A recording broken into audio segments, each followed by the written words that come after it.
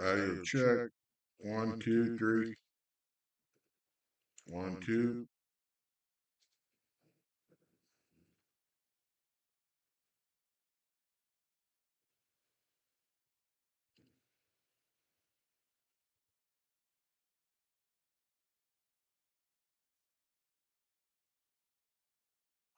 Check.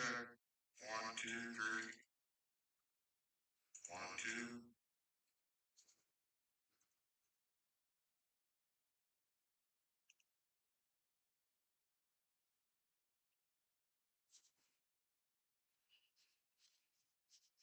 Okay.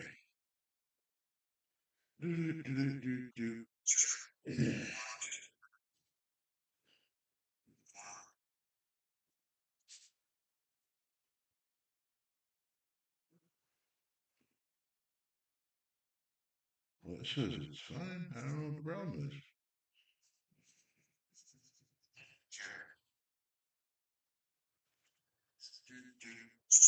We'll be like a minute behind on lag can't. I think we're lagging.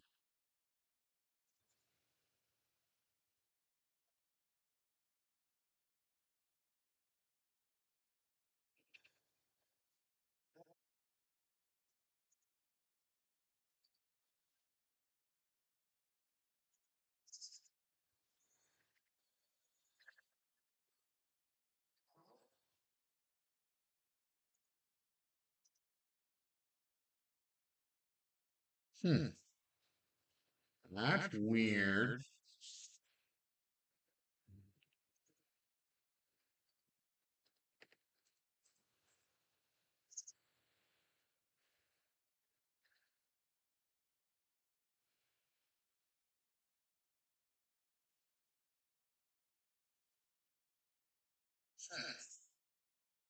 That's weird.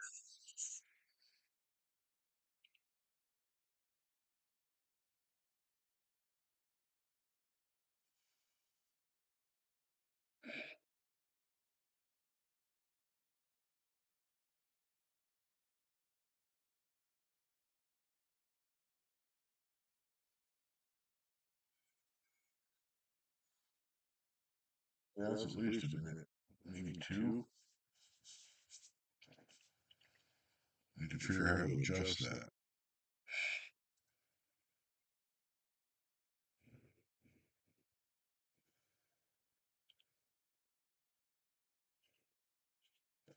Okay, anywho.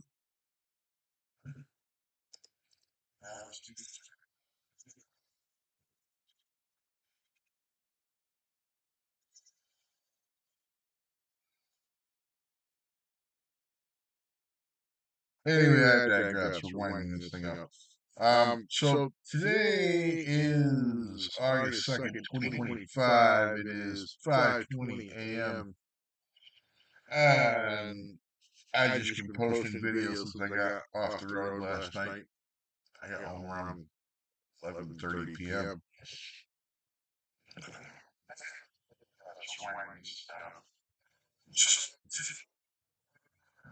August 2025. It's 5:20 a.m.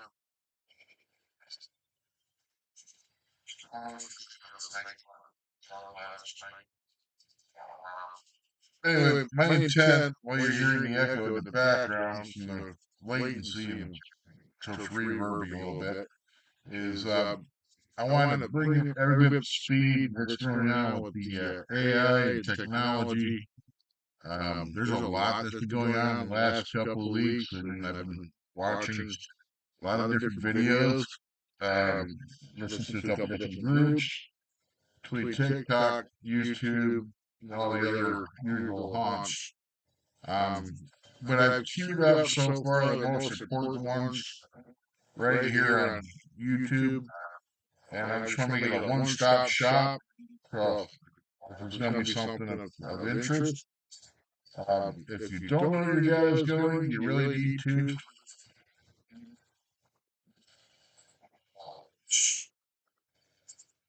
Personally, I'd kick myself in the ass. I think you should too. Kick yourself in the ass for getting on board with all this cloud computing stuff. I think we've been bamboozled in the long run. Short-term convenience does not equate to your own digital sovereignty and knowing where your data is and where it's going. And there's just so much bleed with how they're doing all this advertising, with my opinion.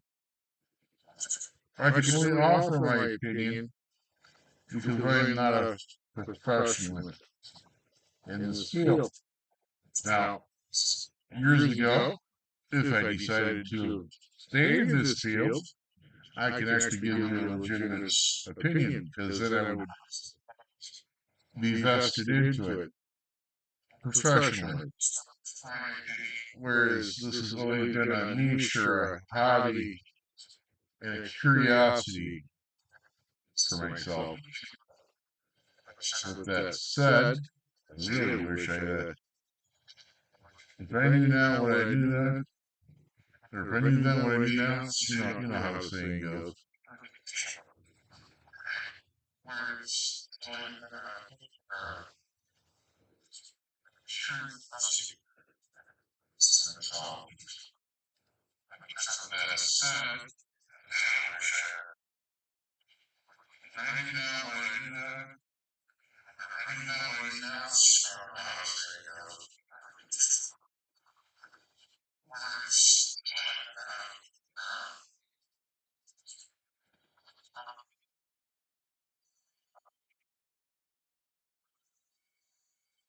Echo, echo, echo.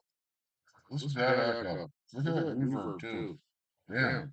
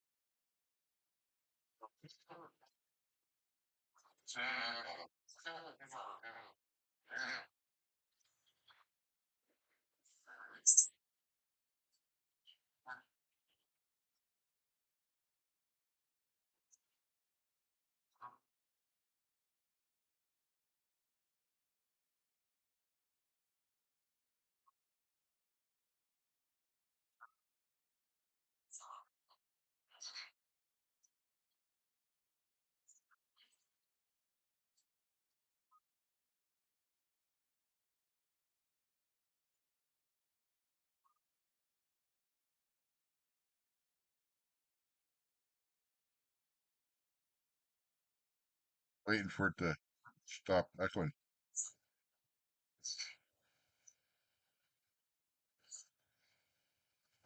Excuse me.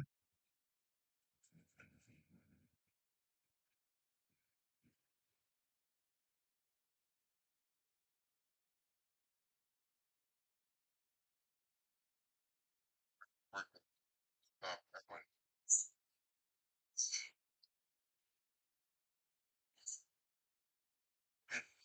Excuse me.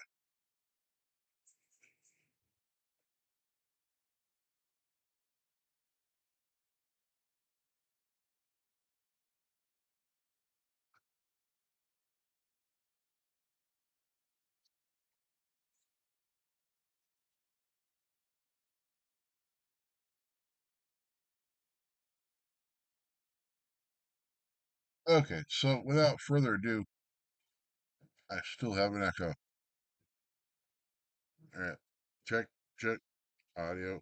Why does this echo? Echo, echo, echo, echo, echo, echo. Whoa. Check, check, check. Audio. Check, check. 1, 2.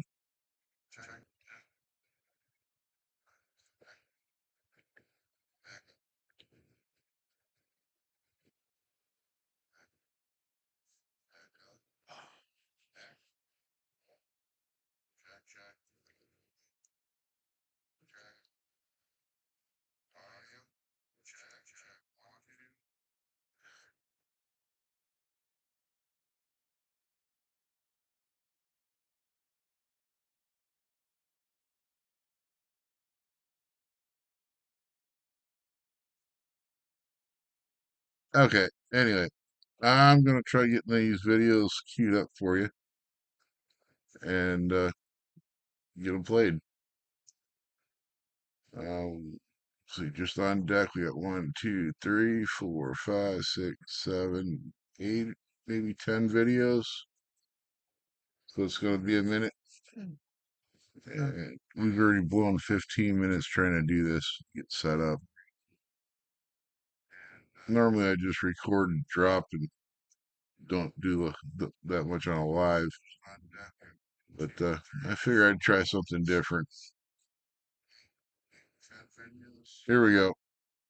It's going to be a minute. 15 minutes trying to do this setup. Normally I just record and drop. Don't do that much on live. I figure I'd try something different. Here we go.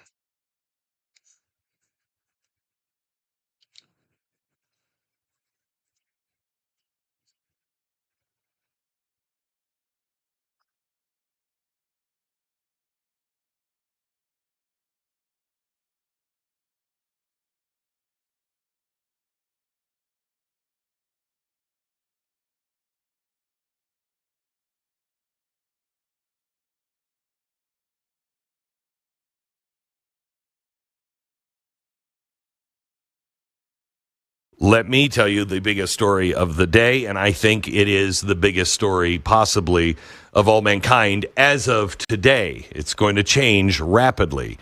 I don't know if anybody did. Either of you guys watch the Elon Musk thing last night? No. I did watch a few minutes of it. Okay. Did you, Jason? No, sure didn't. Okay. So the XAI team was there to unveil Grok 4. This is the latest artificial intelligence system. And let me be very, very clear. Last night was not your typical tech launch. This is a moment that demands everyone's full attention. We are now at the crossroads where promise and peril are going to collide. Okay? I have explained to you for years AI, AGI, and ASI. Narrow intelligence is what we've always had. General intelligence is the next step, and that is it's better than man. One, like Grok, can do everything that you can do, better than you can do, okay? And then there's super intelligence, ASI, artificial super intelligence. That's when things get really, really creepy. When you hit AGI, the road to ASI could be overnight, okay? We need to understand what's at stake here because Grok 4 brought us closer to that second stage than ever before. Grok 4 is a powerhouse. They demonstrated it last night. It surpasses the expertise of PhD level scholars in all fields. It can get 100% on any test for any field, mathematics, physics, engineering, you name it. This is not a search engine. This is a system that tackles problems so intricate they go beyond our existing knowledge base, okay?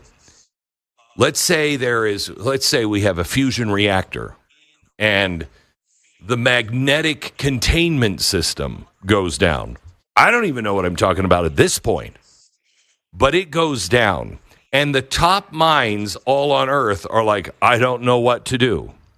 Grok 4 can step in, model the physics, design new material, stabilize the system, and avert catastrophe. And it can do it about that fast. Now, this is the capability that Musk says is just around the corner. Mark my words. You know, how many years did I say between 2027 and 2030 we would start to see this? Oh, a million times. That was always your window, right? That I remember, yeah. Yeah, always the window. And everybody, even Ray Kurzweil said, oh, that's way too optimistic. Maybe 2050. And then people started going 2040, and then 2030. Grok shows us 2026 or 2027 is when we're going to hit it. This is the last year that we have before things get really weird. Okay? Last night, Elon Musk is touting this AI and all of the solutions. And then he says, probably 3 times, something like this. And I'm quoting, this is one of them. It's somewhat unnerving to have created intelligence that's greater than our own. He then goes on to call it terrifying twice. Now, this is a man who's launched rockets, into orbit, going to Mars, and he says twice, after he sees the results of it, he says, it's really, in a way, quite terrifying to see what it's doing. But we just have to make sure that it remains good. Oh, okay, all right, sure. Now, the key point in the announcement was the mention of ARC AGI. I had never heard of ARC AGI. I had no idea what it was, but I noticed AGI, and I'm like, uh-oh, that sounds important. So this is the gold standard, the benchmark testing for artificial general intelligence. Okay, as I've said before, AGI, artificial general intelligence. Guys, you can now generate videos direct from ChatGPT. So you might have seen that ChatGPT released GPTs, which allows people to integrate their product.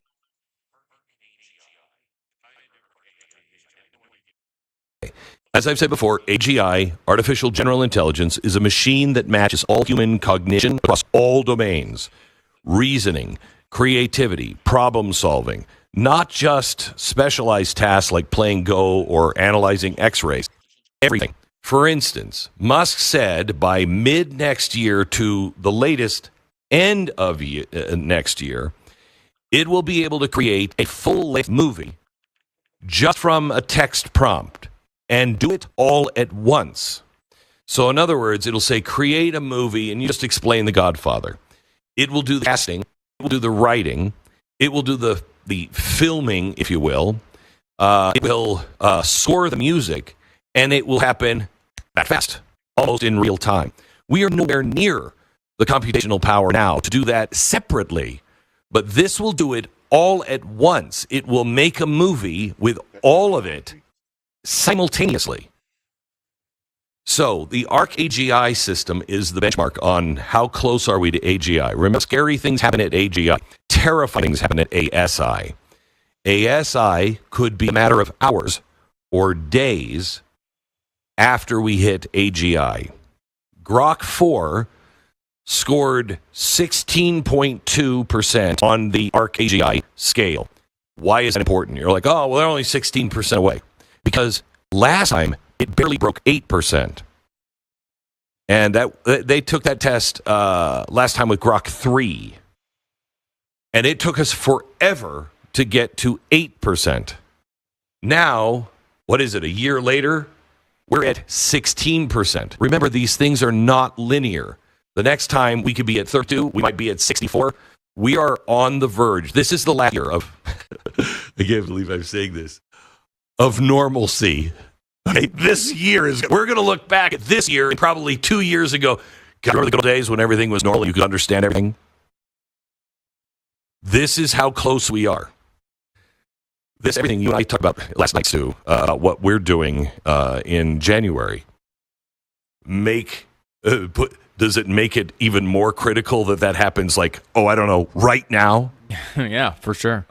You are going to need to know your values, your ethics, your rights. You're going to need to know absolutely everything. Grok 4 is not true AGI yet.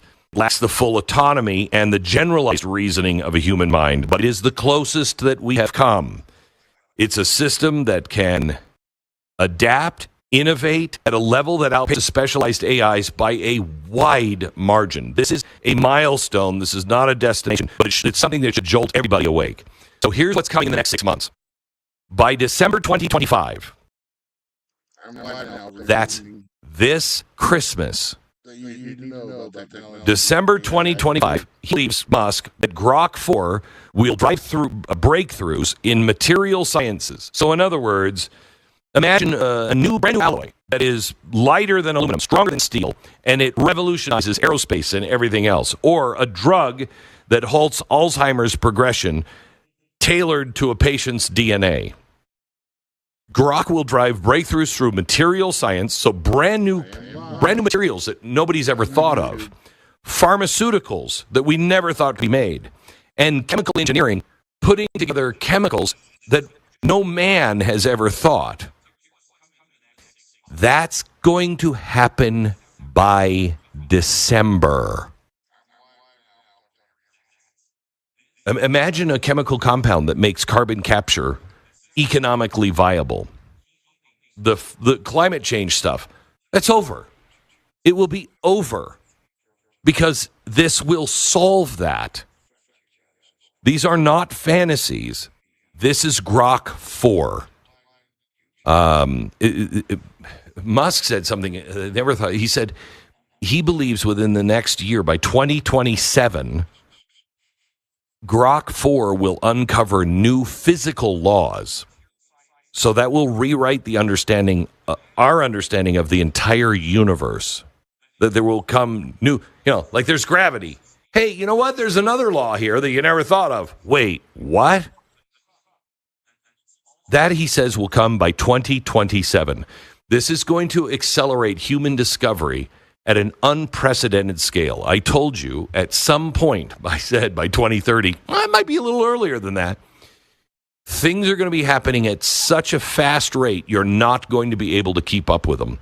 And it will accelerate to the point to where you won't even understand what all of this means or what the ramifications are. Are you there yet? In 6 months, Grok 4 could evolve into a system that dwarfs human expertise in economics, defense, all of it. Now, again, it's a bit terrifying, to quote Elon Musk. Why? Because we don't know what else comes with this. This is like an alien life form. We have no idea what to predict, what it will be capable of, how it will view us when we are ants to its intellect. Okay? It is a tool, but it is also Pandora's box. Grok 4 is the biggest step towards AGI and may be one of the last steps to AGI. My feeling is, what I've been saying forever, 2027 to 2030. I am leaning more to the 2027 now because of this announcement last night. We are on the verge of AGI and everything in human existence changing overnight. And as Musk said himself 2 times, it's terrifying. We should act like it is terrifying or risk losing the control of the future that we're all trying to build. That's the biggest story of the day, I think, in my opinion.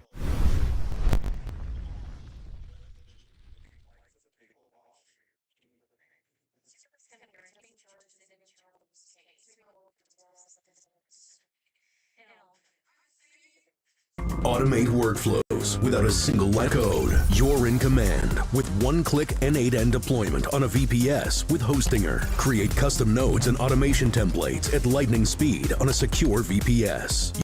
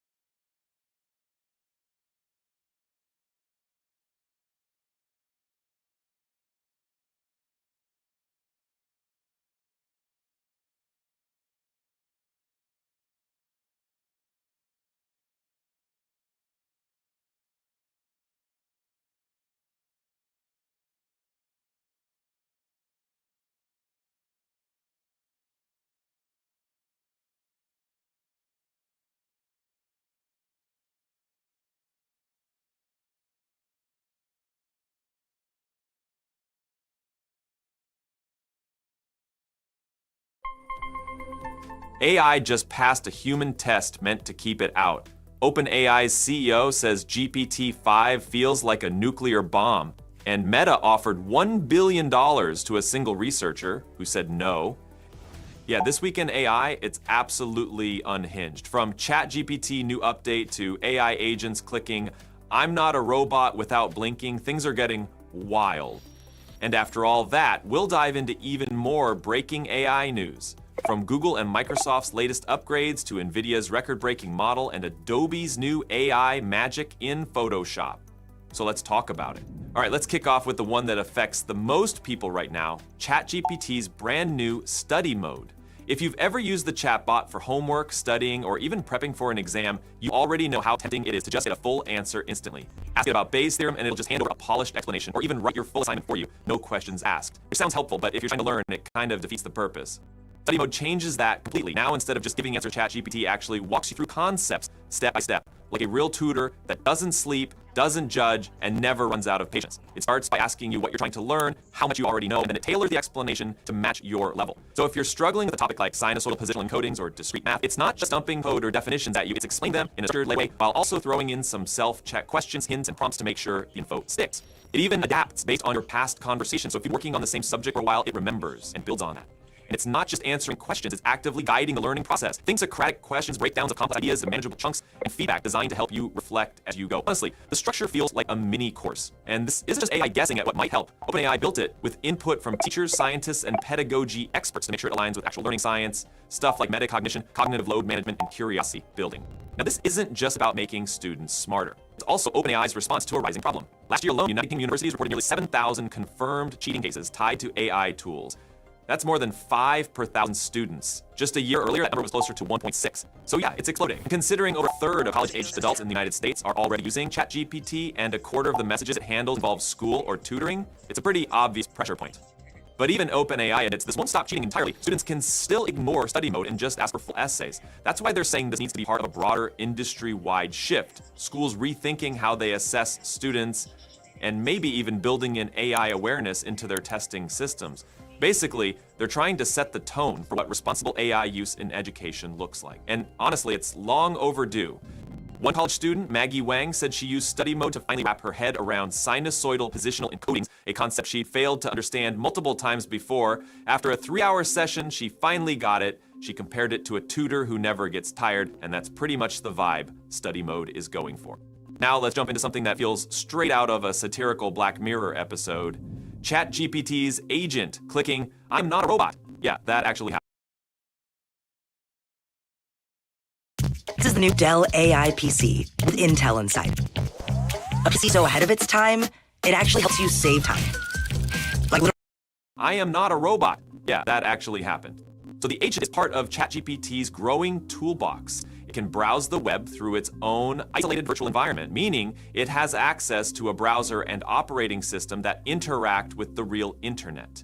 You give it a multi-step task, like downloading a video or ordering groceries, and it performs the steps for you. It even narrates what it's doing, which is both useful and, in this case, a little ironic. While completing a task involving a Cloudflare protected page, the agent encountered one of those little boxes that says, "Verify you're human." You know the ones. Click the checkbox to proceed. And without hesitation, the agent clicked it, then explained what it just did. "This step is necessary to prove I'm not a bot," and proceed with the action. A bot, literally saying it needs to prove it's not a bot, and passing the test. You couldn't script that better. Now, to be fair, it didn't get hit with the full CAPTCHA challenge, the one where you have gone blurry traffic lights or storefronts. It only passed through the initial layer, which is called Cloudflare Turnstile. That layer analyzes all kinds of subtle behavioral signals, mouse movement, browser fingerprint, IP history, to decide whether you're likely a human, and the agent's behavior was human-like enough that it didn't trigger the deeper check. This is a big deal because CAPTCHA systems were specifically designed to block bots like this. The idea dates back to the 1990s. Give humans a simple visual test that machines supposedly can't pass. Over time, the CAPTCHA arms race escalated. Better AI meant more sophisticated CAPTCHAs. Some even used the process to train machine learning models. Google's reCAPTCHA, for example, had people helping digitize books and train vision algorithms, all under the guise of proving they weren't bots. Kind of brilliant, kind of dystopian. But the fact that an AI agent can now casually breeze through even the behavioral layer of a CAPTCHA shows how much has changed. And this wasn't just some brute force hack, it was smooth, self-aware, and integrated into a broader workflow. That's what makes it so different. You're watching the agent behave more like a human assistant, navigating, clicking, reading, and not just running scripts. Someone on Reddit even had the agent order groceries from a local store. The instructions were super basic: avoid red meat, stick to healthy items, and stay under $150. It pulled it off, no problem. But of course, not everything's flawless. Another user said the agent completely failed to navigate the Stop and Shop website because the interface was too messy. So yeah, bad UI still wins against good AI sometimes. Now let's get into what might be the most shocking part of all this. OpenAI CEO Sam Altman just said in an interview that GPT-5 scares him.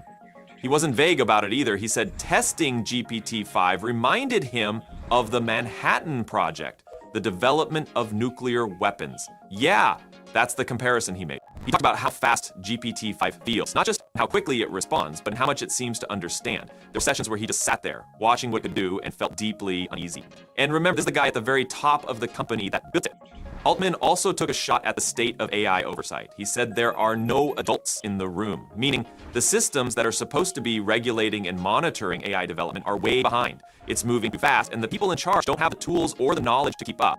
And just when you think the stakes couldn't get higher, let's talk about Meta. So Mark Zuckerberg, who's been trying to poach top talent for his new Meta Superintelligence Labs, just hit a brick wall. He went after Mira Murati's team at Thinking Machines Lab and offered them outrageous deals. We're talking hundreds of millions, up to $1 billion for a single researcher. Not over their lifetime, just over a few years. It's one of the biggest offers anyone's ever heard of in this space. And every single person turned him down.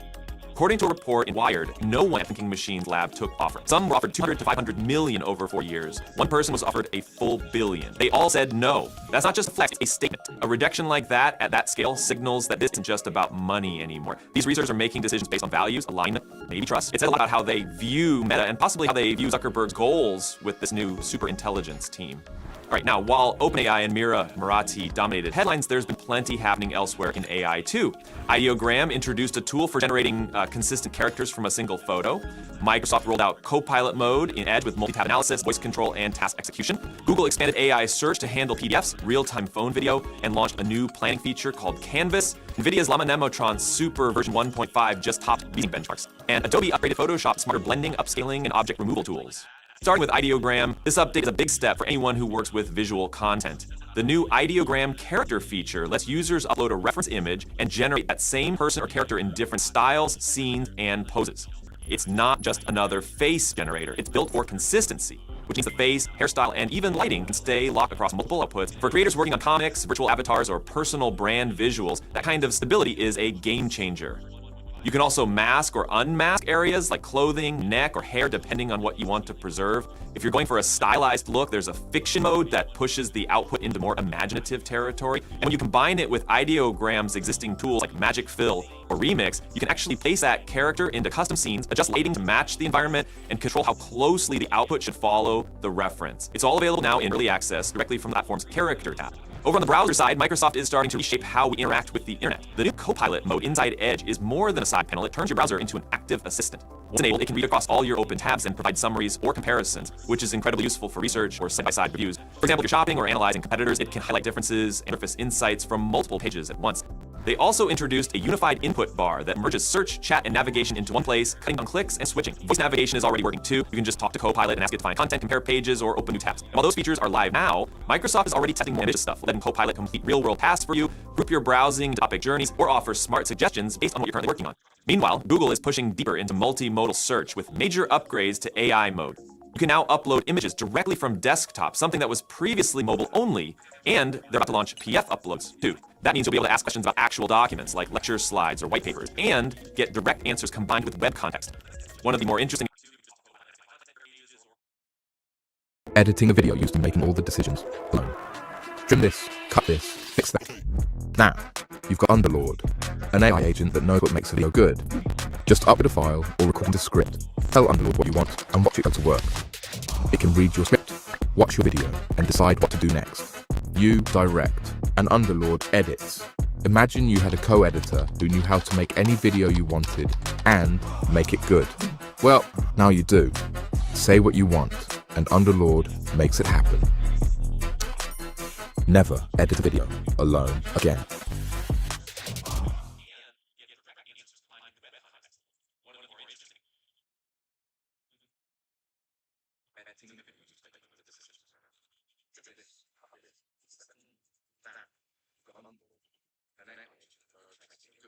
So you're already using ChatGPT, and while that's awesome, there is one little problem. You're not making any money with it. And I'll tell you right now what you don't need. You don't need a better prompt. In fact, you can be the best prompt engineer on the planet, and that's not going to make the cash register ring. My name is Matt Leitz, and since 2008, we've been helping businesses of all sizes, from brand new startups all the way to over $100 million and more, to use AI and chatbots to absolutely dominate. It's taken our tiny little company and put us on the Inc. 5000 list in back-to-back years, and it's helped our students and our clients generate millions of leads, and I don't even know how many millions of dollars in sales. Most importantly, we help people like you create amazing customer experiences, because here's the deal. If you want to get real results with AI, like game-changing results, then you can't just use ChatGPT the same old way as everybody else. And don't get me wrong,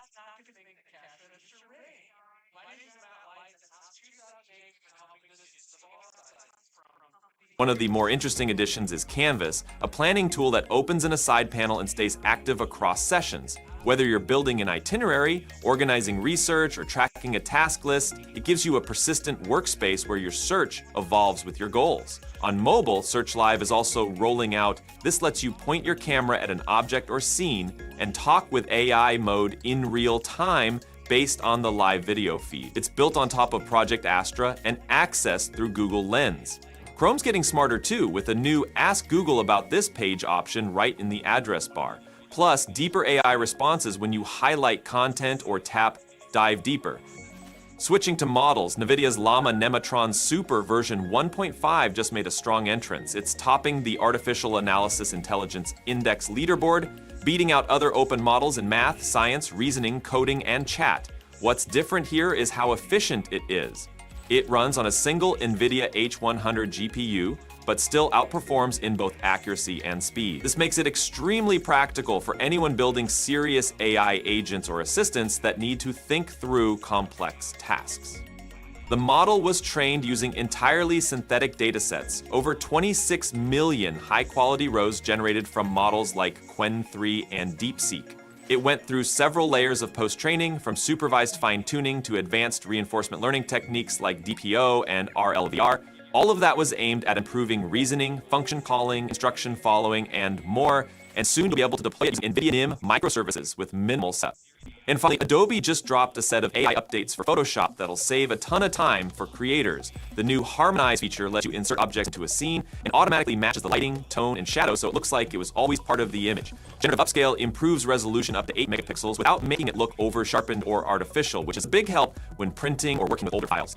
They've also upgraded the Remove tool using their latest Firefly image model, so object removals are now cleaner, with fewer weird edges or blurry patches. And on desktop, there's a new Projects feature that organizes assets into shared workspaces, making it easier to collaborate without losing track of versions or edits.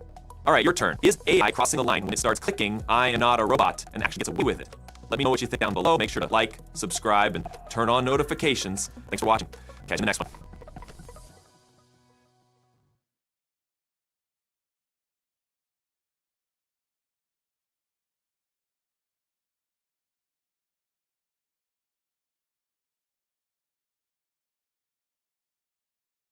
Imagine being able to build anything, for any reason, in any style, at any scale, just by thinking about it. Meet Base 44, a complete AI creation platform made for anyone with an idea and a drive to bring it to life. Describe what you want and watch it take shape. The 9 people on stage are shaping global artificial intelligence policy. Representatives from America, the European Union, global tech giants. A year ago, the question was how to make AI safely work for people. Now, America's answer is clear. That's optional. The AI future is not going to be won by hand-wringing about safety I was in the room during J.D. Vance's speech, and it did really feel like a shift in the entire space around AI regulation. Right now, AI systems are deciding who gets medical care, loans, job interviews, often illegally, and no one's watching, which is exactly what the tech industry wants.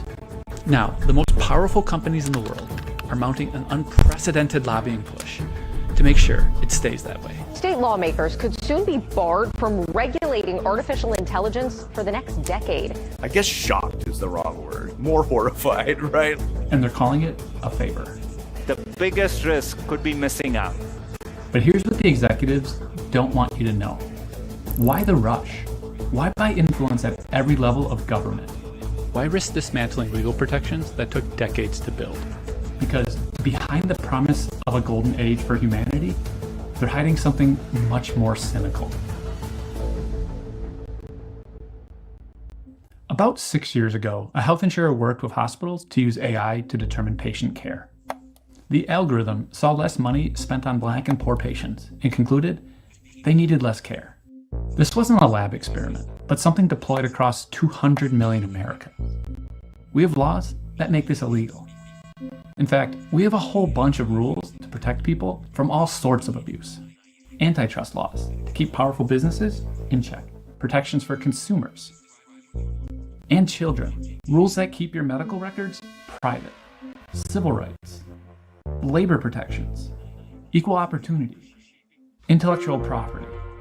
And resting on top of this imperfect foundation is us, society.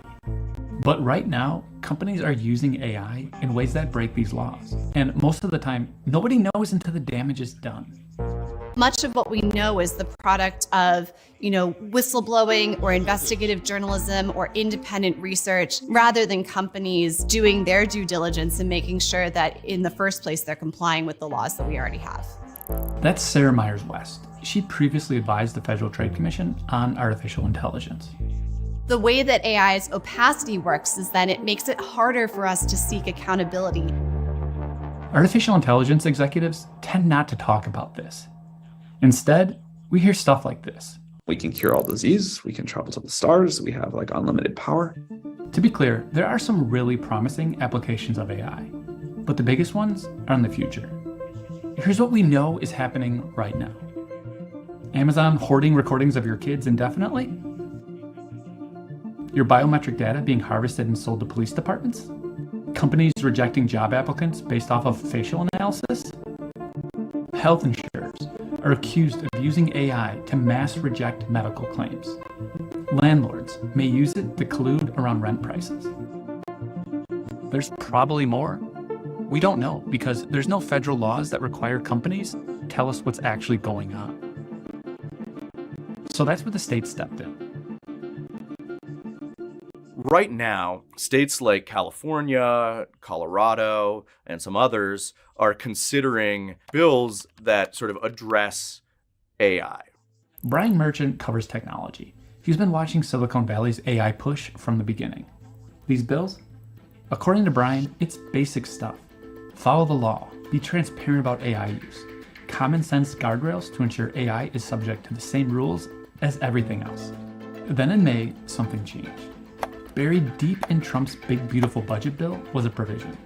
Now, the tax bill bans states from regulating AI for a decade. I guess shocked is the wrong word. More horrified, right? It's pretty clear that the end game, if they're successful, is just no rules, no meaningful regulations around AI at all. After weeks of negotiations, Republicans ultimately dropped the ban. Just the fact that the Republicans and Silicon Valley are willing to sort of team up to try to do this, I think is worrying enough, and it's sort of a sign of what's to come. How does an industry manage to exert so much power that it could make it illegal for state and local governments to govern them at all for a decade? Follow the money, and that's really all you have to do. That's Ruman Chowdhury, former AI envoy for the State Department. Used to run Twitter's ethical AI team, past tense, because Elon Musk fired her. Since ChatGPT triggered the current AI gold rush, 5 major tech companies have poured over $100 million into lobbying the federal government. But there's more to it. We talk a lot about lobbying. There are also other ways in which companies influence what happens in the policy space. Major tech companies bankroll academic research, steering the whole field. This was not necessarily maliciously done, right? This comes from the fact that these companies have so much more money than academic institutions. In some ways, they're richer than the government. Foundations within this community have funded interns or full-time staff in Senate and congressional House offices around the US as public interest technologists.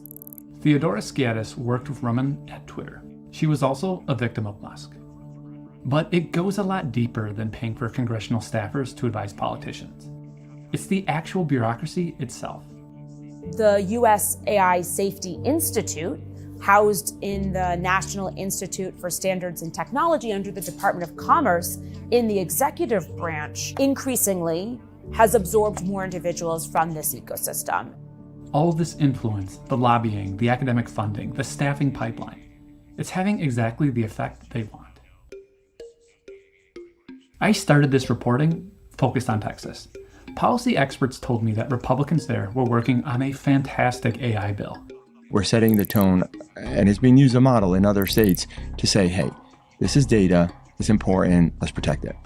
I called, emailed. None of the sponsors would talk to me about it.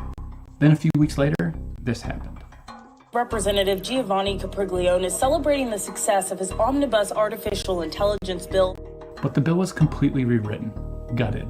A former FTC lawyer told me that it gave the industry exactly what they wanted. Politicians are falling in line, but the public? People want more AI regulation, not less. By almost 3 to 1. And when you've spent that much money and people still think you're full of there's only one move left. We're in a race with China. And my view is if they're going to be killer robots, I'd rather they be American killer robots than Chinese. There's for a long time been this discourse that emerges at moments where AI is very close to being more stringently regulated around there being an arms race between the US and China. Be afraid, be afraid. Pure evil exists, okay? It does exist, okay? And these people, they plan on dominating us in AI, in chips. Industry voices argue that if we subject AI to all the usual rules, it will slow down AI development and cause the US to lose the AI race to China. There's just one potential problem with their argument. China actually has a very developed, responsible AI framework.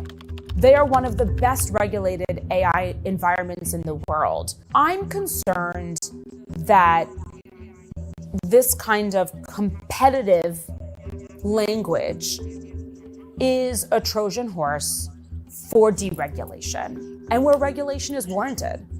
Even accepting the China threat at face value, there's no reason to deregulate because China isn't. In that case, what's the ultimate goal of AI companies? I asked everyone I spoke with. Consolidation of power. Maximize profits. Power. Profit. And this is the dirty little secret of the industry. So the AI industry has actually been, in some ways, in real financial trouble. I'm standing here outside a Meta data center. Investors have been pouring money into AI infrastructure projects. This one has cost about $700 million. Overall, it's tough to give an exact amount on the industry's investment because all of this money is private. But everyone more or less guesses it's at about $200 billion. There is no clear path to profitability. The original idea was that AI was going to be sold to businesses, but that has failed to materialize for all of the reasons that AI just isn't working all that well in the first place. These systems require the use of immense amounts of resources, compute. They assume that if they get enough people to use a product like ChatGPT, if it's popular enough, then there just has to be a way. In February, a hedge fund did some back-envelope math. If you strip out investments in data centers and training, how much money was actually spent on buying actual AI products and services? About $16 billion, maybe less. To actually turn a reasonable profit, they need to raise that number to about 200 billion. Industry revenue is growing, but the money behind it is getting nervous. Exact estimates vary, but the general thesis has been backed by major venture capitalists and investment banks. And there's one thing that potentially complicates business cases for these systems: our existing laws. If there are any road bumps into how they can do that, then selling enterprise AI software suddenly becomes less appealing, both to them and to the clients. These road bumps are society's foundations. Fair credit reporting violations, when AI denies loans without proper disclosures. Fraud statutes, when AI systems hallucinate financial results and deceive investors. Equal employment violations, when you weed out candidates from women's colleges. Civil rights violations, when a biased data set doesn't suggest medical care to poor or black people. And these protections are exactly what deregulation is trying to undo. I don't see how that's good for anybody except for the few firms that are making a ton of profit off of it. But here's the thing about companies that spend hundreds of billions of dollars on products with no clear path to profitability. They try to create their own reality. So a lot of terms are being thrown around by CEOs that sound incredibly impressive. Artificial general intelligence is one. That's a theoretical type of AI that possesses human intelligence and can perform any intellectual task a person can. We said from the very beginning we were going to go after AGI. I'm sure you've heard it before. How long before we're literally dealing with a god? It used to be that like AGI was this very binary moment. OpenAI has had a definition of AGI in its charter, and I quote from its charter: highly autonomous systems that outperform humans at most economically valuable work. Microsoft and OpenAI have an investment deal that further defines AGI. In the contract language, specifically that they would consider a system AGI once it had generated $100 billion in profits. Let that sink in. Artificial general intelligence isn't about curing cancer or American dominance. It's about whatever makes them $100 billion. And suddenly, everything clicks. The state preemption bills, the lobbying, the policy capture, the China scare tactics, all of it designed to eliminate any regulation that might slow their path to power and profit. So you just keep that in mind whenever you hear of OpenAI talking about how it's going to cure cancer or build a technology that's going to benefit all of humanity. This is the aim. It's to build the most potentially profitable, the most business-friendly, the most worker-crushing technology in history. Thanks for watching. Be sure to like and subscribe to our channel. If you have ideas for stories you want us to uncover next, please drop them in the comments below.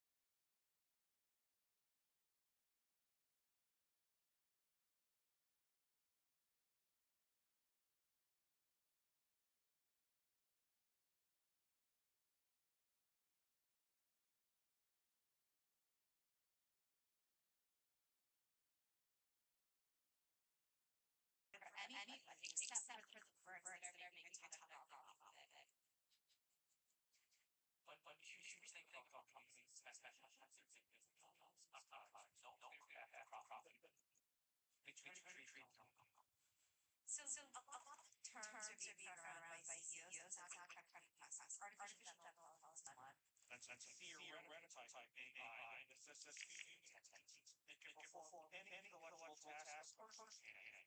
We said that the very beginning of our job. I'm sure you heard how long we're literally taking the job. It used to be like AG jobs.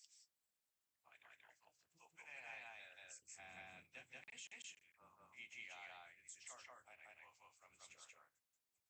Highly autonomous system that outperform humans at most economically about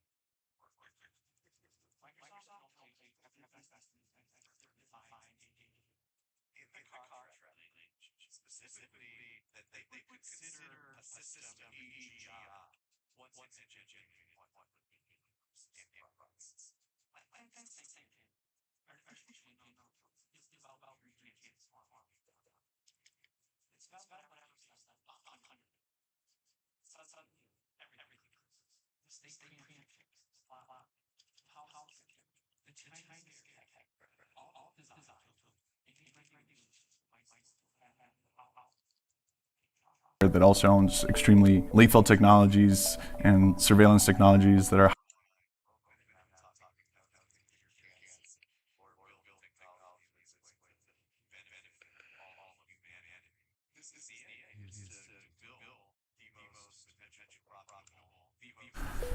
It's one thing to criticize your former employer. It's taboo to do that.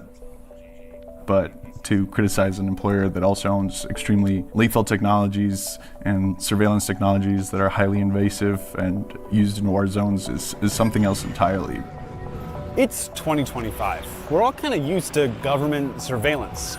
The idea that we're all being watched all the time and don't own our own personal data has become normalized. We're also used to the military spending vast amounts of our money on just a few giant defense contractors. But one tech company wants to change both of those things and become the ultimate military contractor and the ultimate arbiter of all of our data. Palantir is here to disrupt and make the institutions we partner with the very best in the world, and when it's necessary, to scare enemies and on occasion kill them. Check out Palantir shares surging 22% after the company cited a boom in demand for its AI software from the U.S. government. We're doing it. We're doing it. And I'm sure you're enjoying this as much as I am. Palantir, a tech company based here in Denver, claims they can revolutionize government systems with their data analysis software, newly powered by artificial intelligence.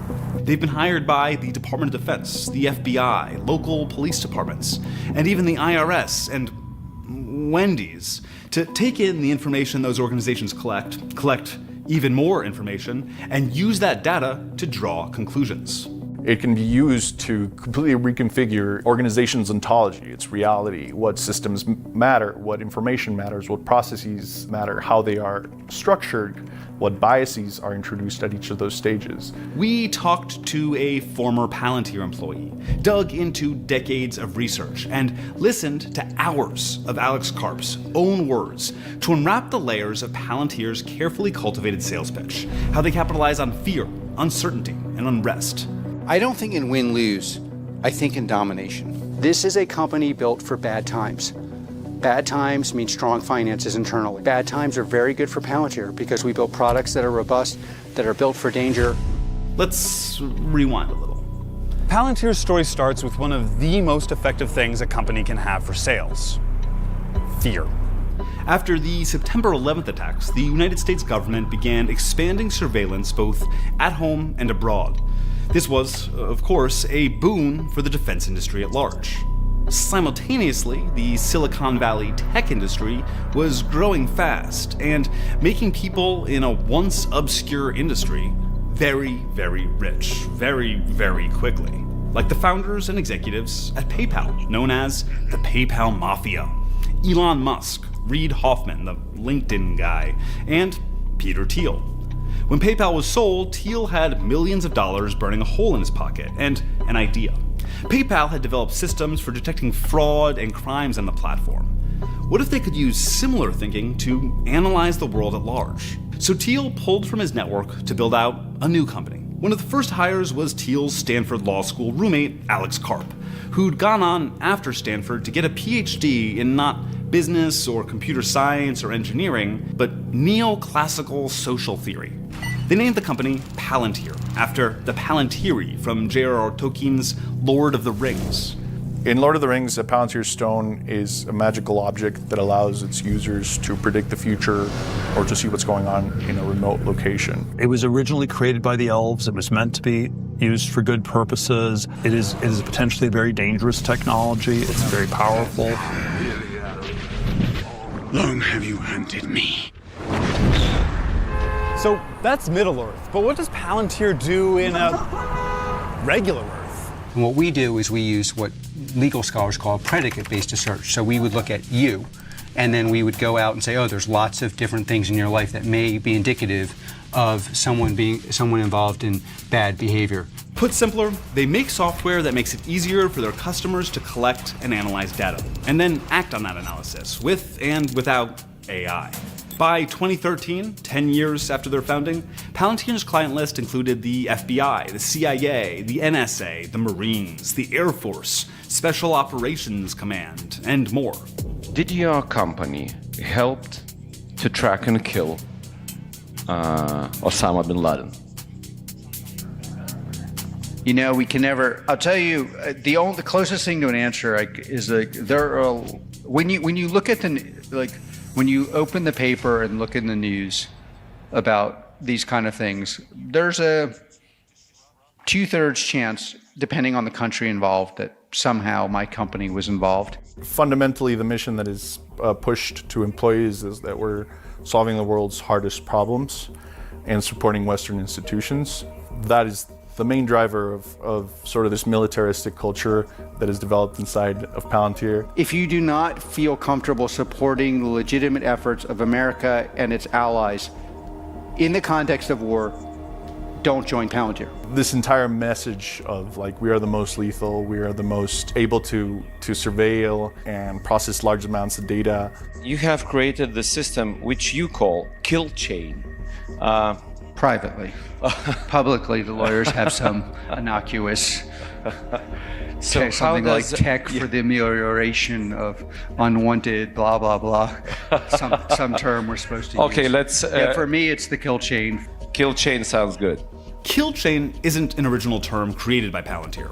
It's the more general military verbiage for the series of decisions leading from identifying a target to taking their life.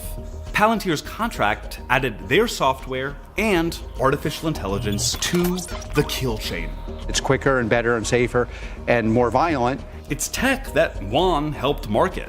It reduces the distance you have to the problem, but when you're able to take a step back and really see all the narratives and how they were shaped and the actual application of these technologies, your whole world starts falling apart, which is something that, definitely happened to me. Juan didn't leave Palantir entirely for ethical reasons. He just got another job. But the reason he eventually started speaking out against Palantir came after watching the Israeli invasion of Gaza following the October 7th attacks. Palantir has contracts with the Israeli Defense Forces. The exact nature of the contracts is opaque, intentionally, but there is evidence to suggest that Palantir's artificial intelligence tech was used for selecting targets in Gaza. Karp doesn't mind the controversy. In fact, it's part of the marketing. Palantir will even pick up the projects that other companies rejected for political reasons. We are very comfortable being unpopular. Karp doesn't think controversy will lose Palantir customers. Whatever is pissing them off, they're still buying the product. Wendy's hired Palantir to help with their supply chain. Palantir works with health insurance companies to build AI for denials management to protect revenue. Do you want Palantir's AI making decisions about what care is covered for you and your loved ones? They also do business with for-profit hospitals, major investment banks, and even other defense contractors. In 2024, Palantir brought in nearly $2.9 billion in revenue, 55% of which came from government sources, with the vast majority being American. So let's look at their pitch to the American government. Last year, Palantir CTO Shyam Sankar put out a presentation and white paper called The Defense Reformation. He cites The Last Supper, which was a secretive 1993 meeting between defense industry executives and the Deputy Secretary of Defense. Over a dozen companies walked in, and only a few walked out. That dinner is often cited as the origin of our consolidated military-industrial complex. And to me, I think this was the definitive moment that kicked off the financialization of defense. From that point forward, it became all about buybacks and dividends and leverage ratios. Criticizing the financialization of the defense industry, calling out stock buybacks, that doesn't sound like a defense executive. That sounds more like the exact argument about the defense industry that we have made before. I think what's interesting to me about Palantir is how they co-opt the language of revolution. But Sankar's argument did work on somebody, Uncle Sam. The Defense Innovation Board, an advisory group within the Department of Defense, cited Sankar's presentation multiple times in their 2024 report on why the DoD needs to divert more of their budget to emerging technology. That's giving money to Palantir. There's a reason Palantir just replaced Ford Motors in the S&P 100 in the months after Trump was elected. The Trump administration is an ideal customer for what Palantir is selling. First, there are many former Palantir employees sprinkled across the Trump administration, from inside DOGE to foreign policy advisors to high-level technology appointees. And Palantir co-founder Peter Thiel, heavily invested in the company, is also heavily invested in President Trump and Vice President Vance. He was a major campaign donor to both. Then the stated goal of DOGE is to streamline and combine government data, which is exactly what Palantir does. The ways that the government is defrauded is that the computer systems don't talk to each other. And obviously, Karp is loving it. Disruption at the end of the day exposes things that aren't working. There'll be ups and downs. There's a revolution. Some people can get their heads cut off. It's like we're expecting to see really unexpected things and to win. And what is winning, according to Palantir? This is CTO Shyam Sankar in 2021. Turning to government, we continue to advance our mission of becoming the U.S. government's central operating system as we extend our footprint across defense, healthcare, and civilian agencies. The government's operating system. They want everything to funnel through Palantir. Palantir already has contracts with the IRS, going through taxpayer data to save auditors time by finding the easiest audits to pursue. Now, Wired reports, DOGE will likely hire Palantir to create unified software for the entire IRS, a mega API that would allow anyone with access to view and possibly alter all IRS data in one place. That's all of your financial information.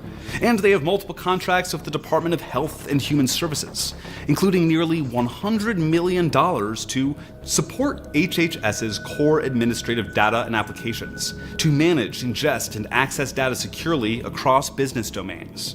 HHS's core responsibility is Medicare and Medicaid. That's control over millions of Americans' health records and their access to healthcare.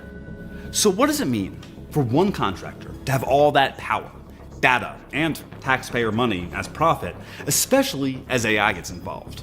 As we kind of increasingly live in a simulated world, we lose touch with reality and the human decisions that matter, and we move closer towards governance by algorithm. Not only made by decisions of automated artificial intelligence systems, which is a problem, but more importantly, subject to decisions made by the people who are influencing these AI systems and creating them in order to fulfill an agenda for whatever their profit-seeking or control-seeking objectives are.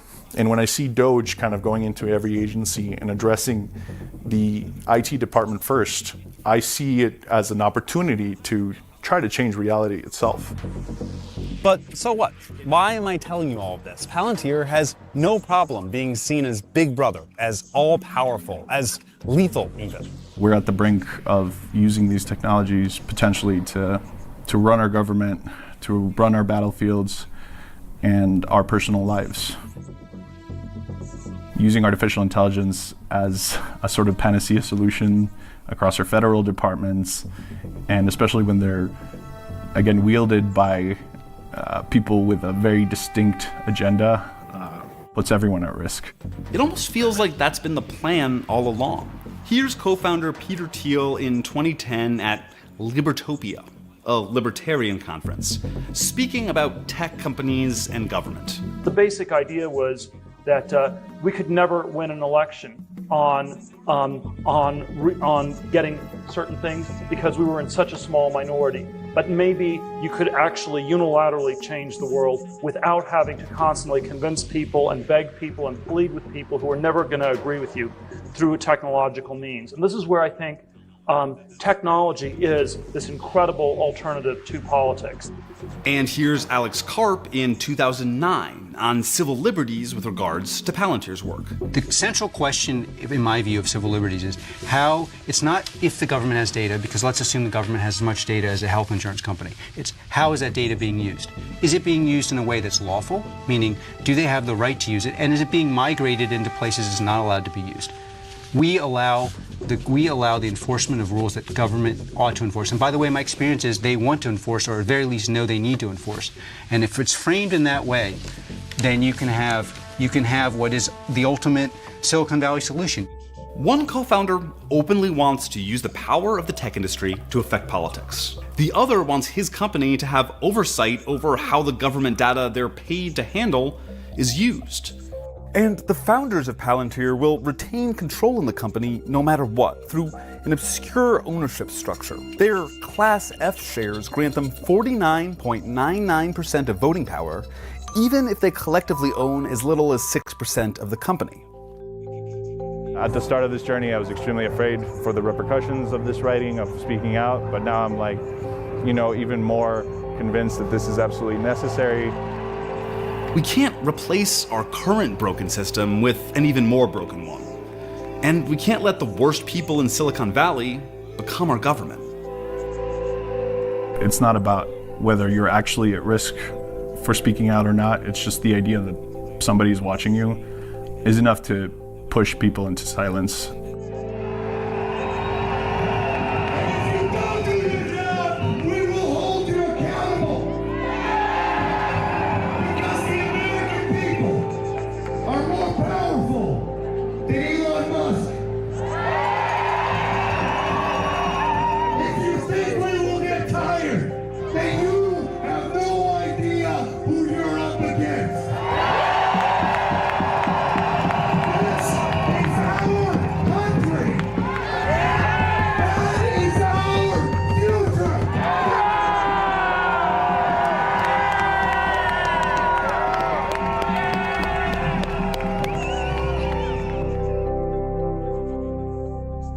Thank you so much for watching. If you want to support more nonprofit reporting into corporate greed, don't forget to like and subscribe, and let us know in the comments what you'd like to see us cover next.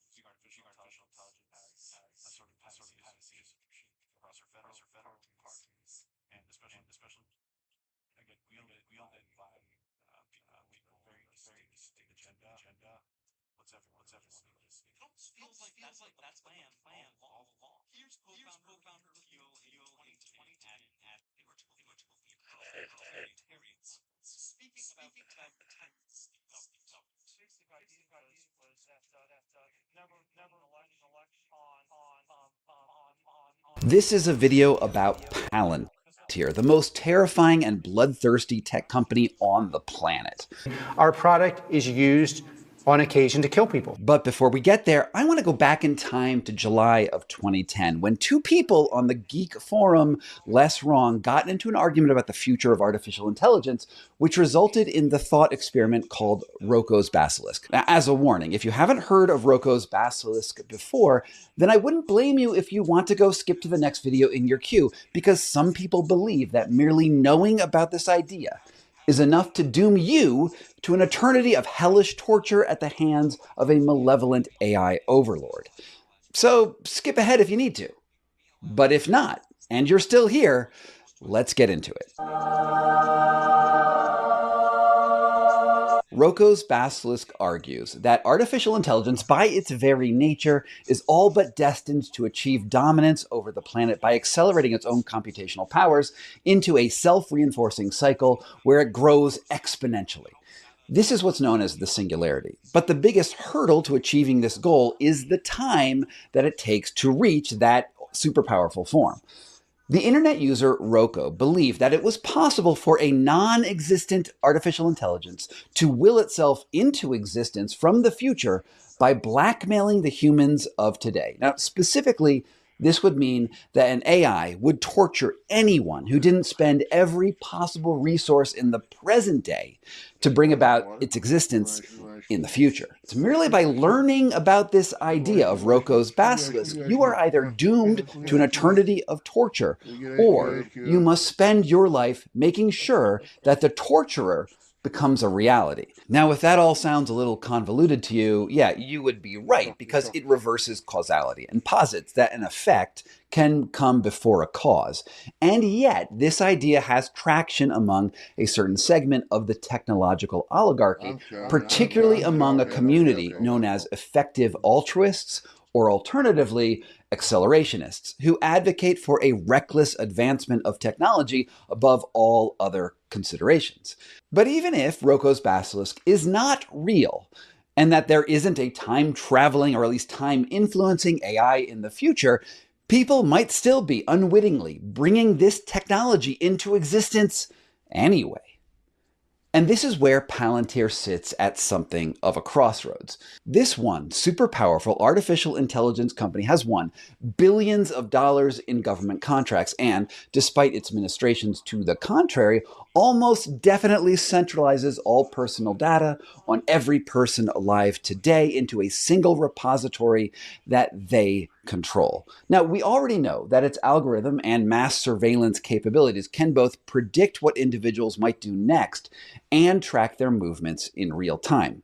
Paired with lethal military hardware and detention facilities and black sites run by the government, it looks a lot like every evil omni-corporation in pulp science fiction books from Skynet to E-Corp. The people are realizing they don't have freedom of choice so long as you exist.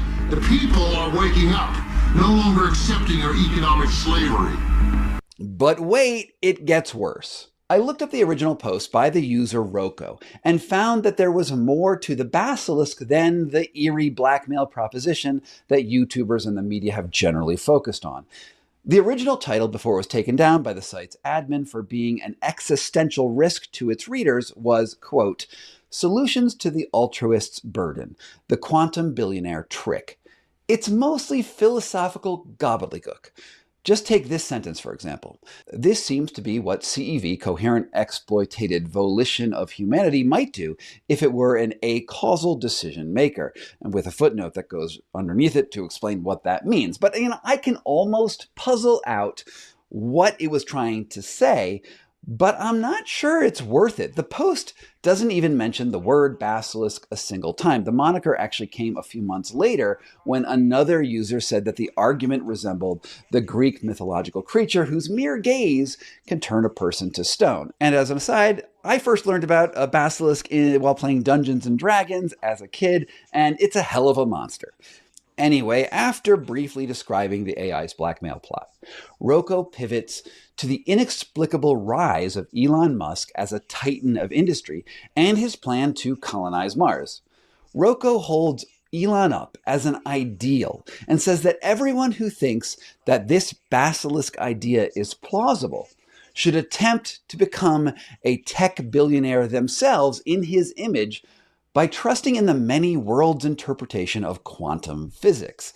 And that interpretation of physics is what fuels the Marvel universe, as well as Rick and Morty, where every possible outcome of any action spawns an entirely new universe into a multiverse. And Roko's logic goes that if there's an infinite number of outcomes for any action, then if you place a $30,000 bet on a random stock, there is a future somewhere that stock will go up like 10,000% and make you a Muskian billionaire who can invest in dominant AI technology. And that the act of doing that investment will save you from eternal torture. Yeah, it's a ludicrous idea that compounds speculation on pseudo-logic with an outlier theory in physics.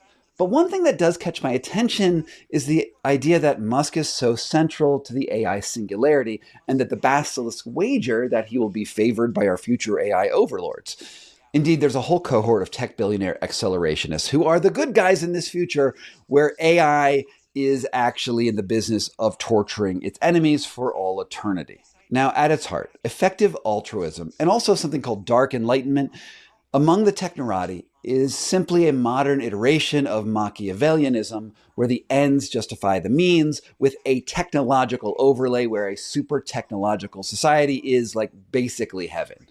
The most positive spin on it is that since technology will solve all of the world's problems, absolutely any action that a person takes to make ultra efficient and powerful technology, particularly these days in artificial intelligence, is a boon to the planet.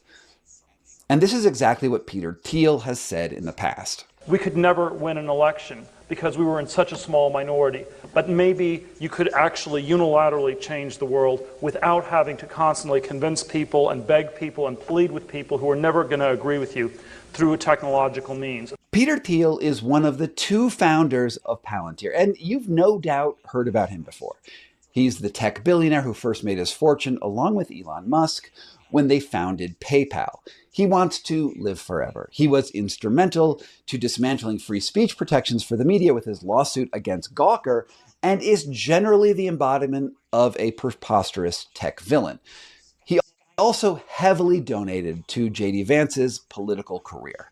But the thing that was so important from that clip that I just played is that he makes it plain that he wants to use technology to subvert the democratic process. His ultimate goal, which he has laid out in public lectures and writings, is to remake the world system to support the initiatives of technological autocrats like him. And yeah, also he was, unsurprisingly, a major funder to Trump's re-election campaign. The other founder of Palantir is this guy with the amazing hair, Alex Karp. Here he is describing his vision for the company. Palantir is here to disrupt and make the institutions we partner with the very best in the world, and when it's necessary, to scare enemies and on occasion kill them. And he's got some tactics that he playfully says that he would never use, but also that he might totally use. I love the idea of getting a drone and having light fentanyl-laced urine spraying on analysts who tried to screw us. The thing that sets Palantir apart from most tech ventures out of Silicon Valley is that it enthusiastically embraces close connections to the government, which is weird since both of its founders seem so anti-democracy.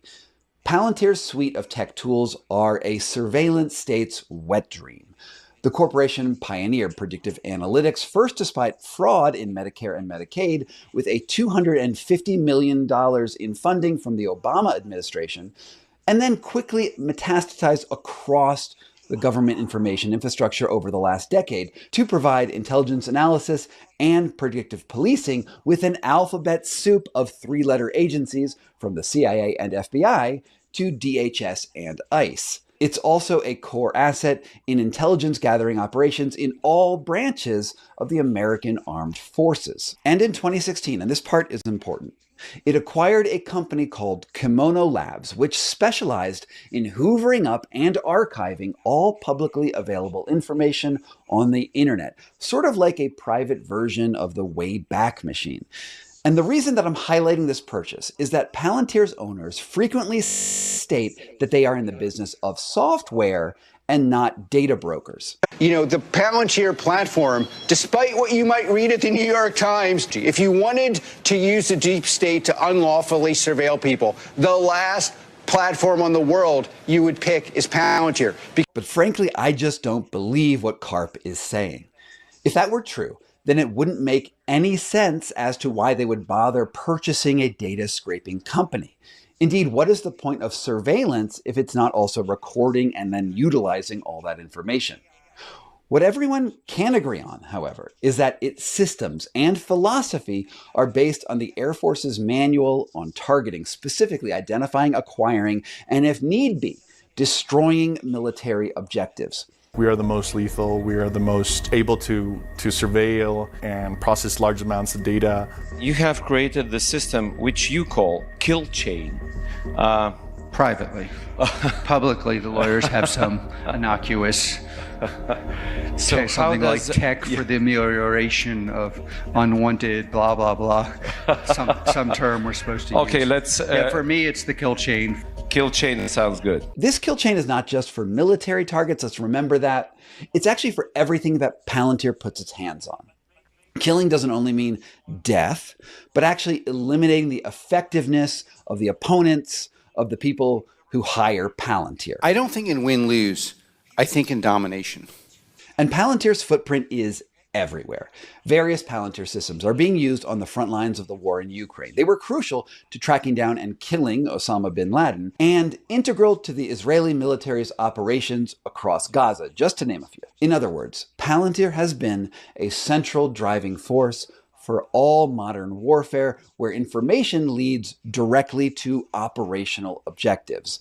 The superpowers it enables don't come with inbuilt ethics, which means that it effectively enables governments and corporations to improve their kill chains regardless of the legitimacy of the government's aims in general. And let's bring this up to the present day. Under the second Trump administration, Palantir processes data across the government. We're talking from Social Security and Medicare, to criminal records, to biometrics, to travel logs. And well, given the leaks over at Doge over the last 4 months, let's just assume that they have access to every single personal record on every person who has left a digital footprint anywhere online or with the public ever. And through the magic of artificial intelligence, all of those records are cross-linked together to be used however Palantir's effective altruist founders or the government deems fit. The immigration raids that are happening across the United States right now couldn't happen at scale without something like Palantir. Protesters are being surveilled and their faces cataloged and cross-linked so that they can predict how those people might act in the future.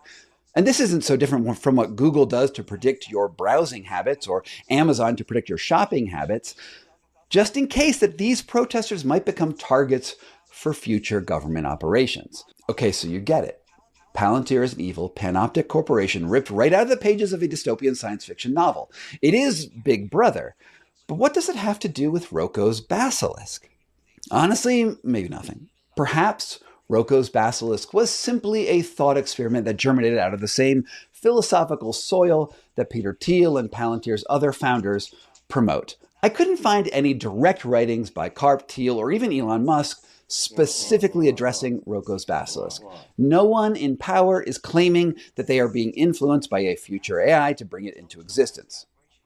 However, what I can say is that the infrastructure that Palantir created offers all of the mechanisms that a government or evil tech company would need to turn the world into an AI-powered police state. With all of your information captured by AI surveillance companies and integrated into a kill chain of military, police, and government targeting, we are already living inside Rocco's thought experiment. Maybe you've heard the term obeying in advance, which is the idea that people cave to authoritarian regimes simply because they fear what might happen to them if they're seen as disloyal to a regime that will be even more powerful in the future. That's Rocco's basilisk. The list of tech executives heading to Mar-a-Lago to meet with the president-elect is growing. And we've already seen this among tech barons and honestly a lot of citizens around America who are obeying in advance. And this got me thinking about the 2024 election itself. Because when I started looking into Roko's Basilisk and Palantir, I sort of ended up in this deep rabbit hole of circumstantial evidence that I think is at least worth raising in this video. What's the secret, Donald? What's the secret, Mike? Is the secret somehow wound up in these numbers I'm seeing that don't make sense? I think my ballot was part of the burning ballot boxes that were on fire. Now, ordinarily, I don't like circumstantial evidence and have to admit in advance that what I'm about to tell you probably isn't enough to get someone convicted in a court of law. This might be nothing more than a conspiracy theory, but at least hear me out. If Peter Thiel really meant what he said, that he could subvert democracy with technology, then maybe that includes being willing to use his resources to try to tilt an election in a way that benefits his end goals, not just through donating money to political causes, but by directly subverting the technology that makes elections happen. Maybe you could actually unilaterally change the world without having to constantly convince people and beg people and plead with people who are never going to agree with you through a technological means.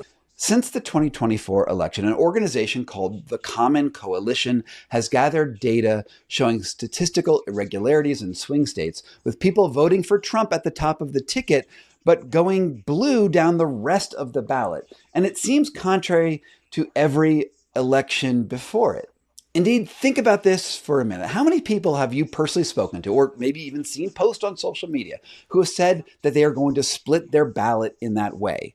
Most people that I have encountered were all in on Trump or all in on Harris at the top of the ballot and all the way down. Additionally, Common Coalition shows that Leonard Leo, now you might have heard that name before because I've talked about him in this video by David Sirota. Well, he's the vice president of the Federalist Society and a Republican political operative.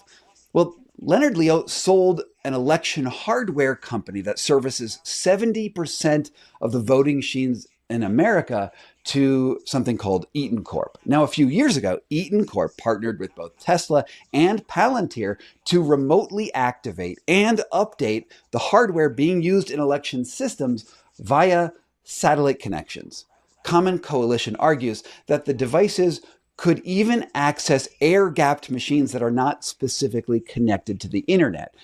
They show records that 90 days before the election, at the same time that Elon tweeted that he was, quote, introducing a glitch into the matrix, that Eaton Corp uploaded malware that could have infiltrated voting machines and ultimately flipped votes without anyone noticing. Their theory is maybe a little bit convoluted. The main body of evidence is being laid out in a lawsuit that's moving slowly through state courts. Now, I've tried to fact check some of those claims, particularly about whether or not the technology they describe was able to flip votes without leaving a paper trail behind it. And I came up against the limits of what's possible to know for sure pretty quickly. What I can say is that right after the election, Trump seemed to thank Elon Musk for his help, not for his political support and campaigning, but for his technical know-how with computers. And then he journeyed to Pennsylvania, where he spent like a month and a half campaigning for me in Pennsylvania. And he's a popular guy, and he was very effective. And he knows those computers better than anybody, all those computers, those vote-counting computers. And we ended up winning Pennsylvania like in a landslide, so it was pretty good. It was pretty good. So thank you to Elon. Now, this all seems like a lot of smoke for what maybe is a fire, but I have to admit, my suspicions come down to character assessments. I just don't trust Trump, and I don't trust our tech oligarchs one bit. Trump had been accusing Democrats of rigging elections for pretty much 8 years straight. Given a broad history of political leaders interfering with elections, I don't see why he wouldn't have tried to tip the scales to his advantage. And doing so would certainly fit in what we know about the methods of tech billionaires to literally move fast and break things. When they act unethically in so many other realms, I don't see why they would not also try to covertly break democracy too. Now, I'll link to the Common Coalition documents in the description below this video, and I want to know what you think. To me, it's not an open and closed case, but these questions are worth asking. And if you have technical know-how and have tested this out, well, talk to me and maybe I'll do another video about it. After the 2024 elections, Democrats were quick to say that American elections were unhackable because there were so many separate systems involved. In addition, it's really hard to keep a conspiracy when there's a lot of people involved in it. But to me, this seems like engineering challenges, not something that is actually impossible. Indeed, we've seen evidence of increasingly elaborate covert actions in just the last few years using digital technology. From the supply chain hack that the IDF used to insert bombs into the cell phones of Hezbollah operatives, and the Stuxnet hack that disabled Iran's nuclear program with malware was that like a decade and a half ago? There's also a vibrant marketplace for zero-day exploits that I have no doubt that someone with near unlimited resources could figure out how to use in order to rig an election. But perhaps the most obvious evidence of a takeover is how radically life is changing in America right now. In the first few months of this new American authoritarianism, we are being asked to obey in advance with the government's agenda or face arrest or even deportation to foreign prisons. Families are being targeted and then torn apart. Democratic leaders have been assassinated. This looks a lot like a no-holds-barred approach to technological advancement that Rocco's basilisk lays out. After all, if artificial intelligence is behind so many of the government's capabilities, do we really believe that the president is in control? Just maybe the people who are controlling the technology of the environment around us, the things we use every day, maybe they're the ones who are in charge of the fate of the nation. And that is a whole lot of motive. All right, what do you think? Tell me down in the comments. I'm guessing a lot of you will disagree with me, and that's okay because this is somewhat circumstantial. Thanks so much for watching this video on Rocco's Basilisk and Palantir. It means the world to me that you are here and that you support this kind of fiercely independent journalism. And I guess this was sort of commentary more than investigation.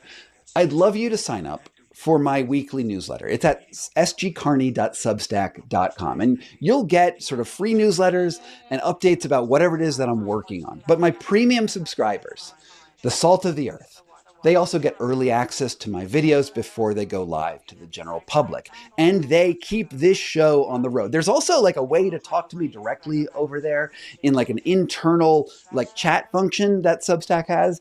And I sometimes post funny things over there. I'm only here because so many of you understand the value of my work, and I couldn't do it without you. From Pokey Bear LLC in Denver, Colorado, this was Scott Carney Investigates. Thank you so much for all of my supporters on Patreon and on Substack who make this work possible. The contributions you give keep this sort of independent journalism on the air, and I really just could not do it without you. If you want to get early access to my work and get your name on the honor roll right over there, please sign up at the links down below. From Pokey Bear LLC in Denver, Colorado, this was Scott Carney Investigates.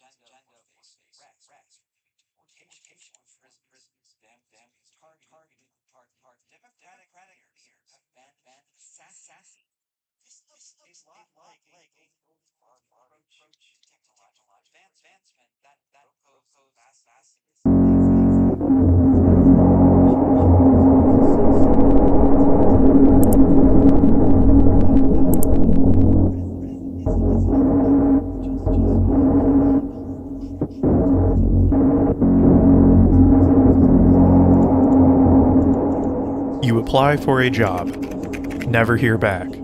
Your resume uniquely filtered, not by a person, but by a prediction algorithm fed by your uniquely private life. Past employment, your social media, your race, your relationships. Then processed to make a decision whether you can afford to live. You search for chest pain symptoms at 2 a.m. The next day, an insurance company emails you about a specific plan tailored to you. You get pulled aside at an airport. No stated reason, you just matched a pattern. They're reading your shadow, the data you've shed, the gestures you've forgotten, and the correlations you didn't know existed. This isn't fiction. This reality is being constructed right now, and there's one group that's making this possible. They're called Palantir.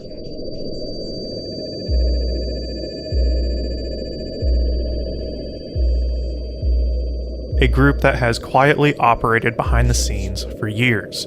And what they've built isn't a system of raw surveillance. It's authorship. The ability to write your life before you live it. And what's being authored is something that will mark the rest of the 21st century. Something that will absolutely impact each and every person watching this video, no matter who you are and where you live.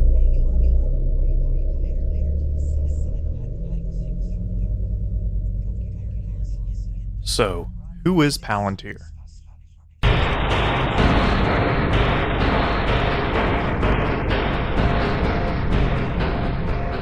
Palantir is a publicly traded corporation that specializes in big data integration on the software level. But what does that mean? In layman terminology, Palantir focuses on the orchestration, organization, and implementation of data. A ton of the information behind the scenes that products and services need, with a focus on automating the decision-making processes with that existing data infrastructure. But how and where do they do this? They do this for corporate clientele such as JP Morgan, Wendy's, to public entities such as Britain's NHS, Norwegian Customs, Danish POL, Intel, Predictive Policing, all the way to ICE and the CIA in the United States. Product lines such as Palantir Gotham allow police departments to predict potential crime with data of citizens in a given community. They can even run probability for whether someone might have a mental health crisis. For militaries such as the IDF, Gotham can expand drone capability to be completely autonomous, controlled, operated and executed by a machine learning algorithm. Palantir Foundry can automate logistics and make predictive outcomes in healthcare and supply chains, such as Britain's NHS. As we speak, Palantir is experiencing an unprecedented rise in market cap, growing by 23 times since 2023. They were founded by Peter Thiel, a billionaire venture capitalist and mega donor of the Republican Party, who broke campaign finance records by donating a whopping $15 million to J.D. Vance's 2022 Senate campaign. Thiel is also famous for pushing for fully private-owned cities, city-states entirely owned by corporations. You would prefer the human race to endure, right? You're hesitating. Yeah, well, yes? I don't know. I would This is a long hesitation. This is a long hesitation. There's so many questions implicit in Should this. the human race survive? Yes. Okay. But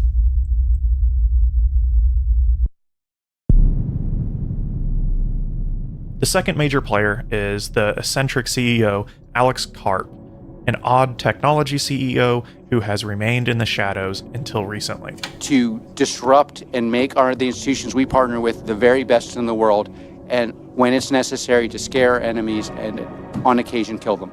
A question emerges here. Amidst a very unstable technology market in the US, an economy generally bearish at the prospect of new technology investment, how has Palantir quietly grown by a seismic 23 times? Palantir didn't grow overnight, but the acceleration they are experiencing seemingly did. An acceleration fueled by robbery in plain sight. A heist that dwarfs anything in history. Yet, it's important to note the past 40 years of neoliberalism can be described as a heist in general, an unprecedented seismic extraction of wealth from normal, day-to-day working-class people, to the point where the rich have never accumulated more wealth compared to the rest of society in human history. But we all know this. Many aren't surprised that the top 10% own 93% of the entire US stock market, that the top 1% own over 30% of all wealth in the US. Journalists, economists, and even the rare politician have warned us for decades that this level of extraction is occurring. But without outright crippling society to the point of economic collapse, what else is there to take? Turns out, a lot more. And it's far more powerful and substantial than money could buy. Now to President Trump and Elon Musk's latest moves to reshape the federal government. The top Social Security official stepped down after Musk's team requested access to sensitive personal data about millions of Americans. Senior political correspondent Rachel Scott is tracking it from Mar-a-Lago. After the 2025 presidential election, the Trump administration announced the creation of DOGE, the Department of Government Efficiency, with the official aim to cut, quote, fraud, waste, and abuse in the public sector. Headed by Elon Musk, and with ex-employees of Palantir, Musk made an official goal of cutting $2 trillion in what he claimed was identifiable waste. In actuality, the final sum expected to be cut is $160 billion, with official estimates showing that DOGE's total operational cost to be around $130 billion itself. And according to a report from Yale's The Budget Lab, the measures to cut various government agencies is expected to create a net loss of $300 to $500 billion over the next decade. And despite this has been the Trump administration's greatest success. That's because DOGE is a lie. The point was never to cut fraud, waste, and abuse. It's a facade for an ambition much greater and far more consequential.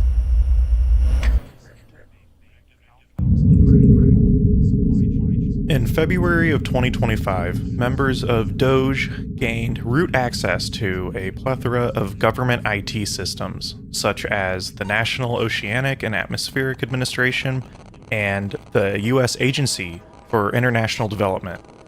But the real crucial one is the Social Security Administration, harboring one of the most sensitive databases in the United States. Birth dates, historical addresses, employment history, financial records of every single American. It doesn't take a genius to understand what is going on here, but what sells the terrifying endgame is the transparent, illegal nature of this. Federal courts have blocked DOGE from entering these databases after it was already done. But that's the point. The repercussions do not matter. Even if courts find DOGE and the Trump administration in judicial contempt for illegally accessing federal databases, the data has already been siphoned.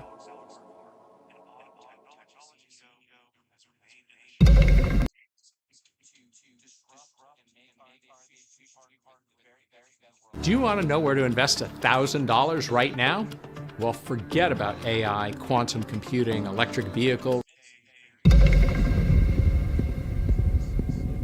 In April of 2025, Judge Ellen Hollander denied Doge access due to concerns around privacy and the Fourth Amendment, along with the Fair Privacy Act, a 1974 law that requires explicit protection of personal data unless there is immediate urgency in law enforcement functions.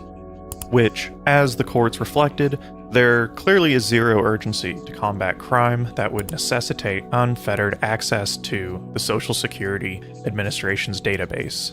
Yet, in June of 2025, in an absolutely contradictory and wild ruling, the Supreme Court ruled that the Trump administration had authority to executively access federal databases at will. The only 3 liberal judges dissented. The behavior here is what is particularly dangerous, to execute without legal process, without genuine consultation of the law. Justice Ketanji Brown Jackson voiced concern in regarding the Trump administration's legal defense. In essence, the urgency underlying the government's stay application is the mere fact that it cannot be bothered to wait for the litigation process to play out before proceeding as it wishes. A concerning question here remains. Is this naive hubris of the Trump administration a lack of concern due to Trump's evasion of legal repercussions, or is this done with a strategic plan of assurance that the law will not be applied to them after the fact? That the few democratic judicial procedures in the US will be null and void by the time justice could ever be served? We don't know the answer. What we do know is that all our collective, sensitive data is now out in the wild, unbeknownst to us, but not without emerging clues.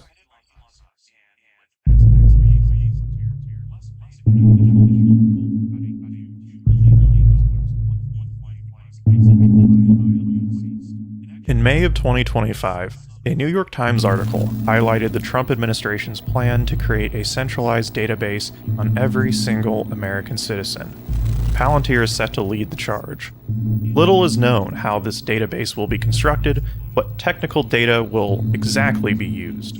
But we do know Palantir representatives have been in contact with 2 big American agencies, the Social Security Administration and the Internal Revenue Service, who head the 2 most important government databases in the country.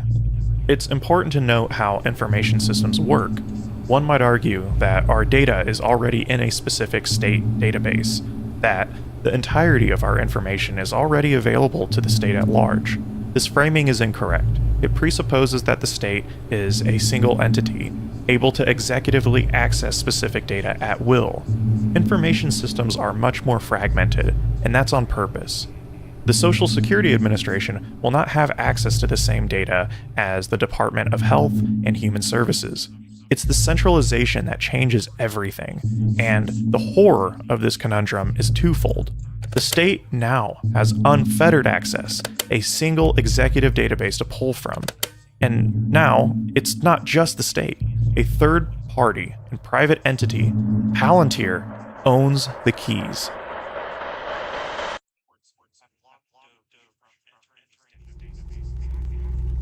I have given it to some, but it goes to very special people, and I thought I'd give it to Elon as a presentation from our country. Thank you. Thank you, Elon. Thank you. Take care of yourself.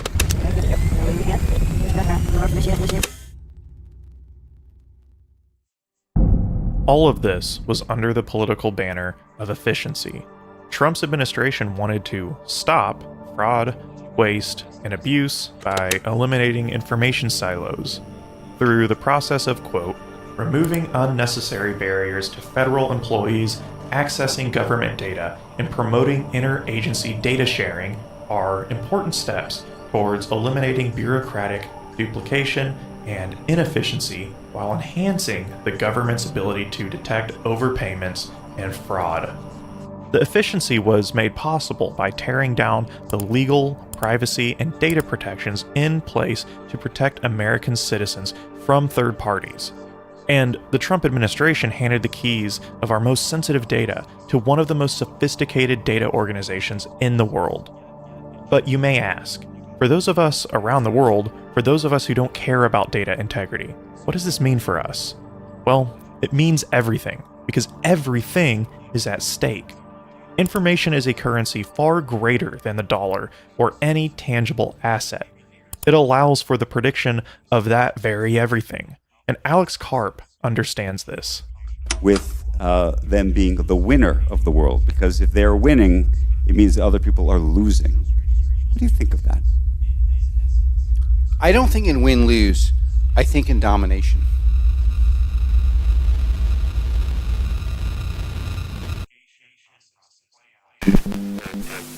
Do you know who Palantir is? I do. Do you think that Palantir has ever scraped data from Facebook? Senator, I'm not aware of that.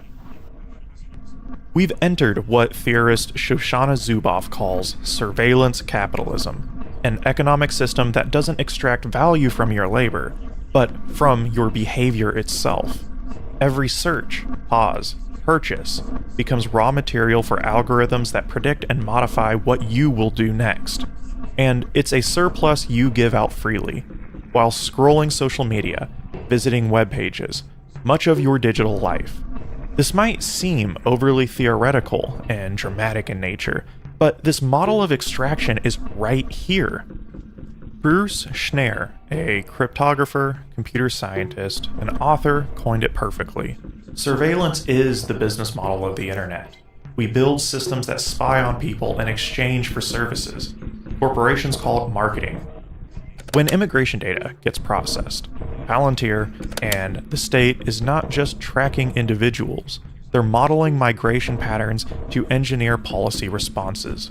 When health records get analyzed, they're not predicting individual outcomes, they're optimizing population health according to invisible, computerized priorities. You aren't just being watched, you're being predicted, and prediction becomes policy before you know the game has started. Another reason why data is so incredibly powerful in the hands of organizations with vast computational power is the sheer speed and velocity it's able to capture behavior, to predict, to fundamentally own. Paul Virilio, a theorist and military historian, is also particularly relevant here. In the 1970s, Virilio coined the term dromology, relating to the Greek word dromos, which roughly means race. Dromology can be seen as a way to understand the contemporary relationship with society and speed. Virilio sees speed as a fundamental mechanism of power and a driving force in technological growth. In the context of modern warfare, pure strategy no longer wins, superior logistics do. From the Wehrmacht's strategy of blitzkrieg to the United States' ability to reach A to B in the supply chain. In the case of domestic society, telegraph to the telephone, to advanced computation and digital communications. Yet, to Virilio, there's side effects. Speed confuses. It creates what Virilio calls the tyranny of real time, a type of sociology that minimizes the geographic, physical existence of life by way of rapid communications, digitalization, and processing power, which then can lead to instability, upheavals, and even the erosion of democracy by way of a cult of technocratic efficiency. Just through the speed of modern work and technological innovation, our ethics, the sublime humanity we hold, tends to get tossed to the wayside. Virilio was concerned about an emerging ideology of technological determinism and supremacy. The belief that technology's evolution, its ability to innovate, was enough to legitimize itself. That any result from technological growth is inherent, perhaps not proper, nor desirable, but inevitable, and we have no say. Does that sound familiar right now? I think AI will probably, most likely sort of lead to the end of the world, but in the meantime, there will be great companies created with serious machine learning. Palantir embodies this. It may seem that Palantir's extreme centralization of information is reckless.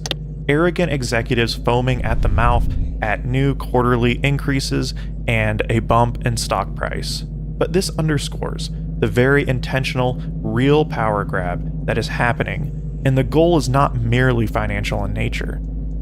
Palantir's ability to harness the power of speed, its velocity of growth, and information capabilities is what makes this a horrifying prospect.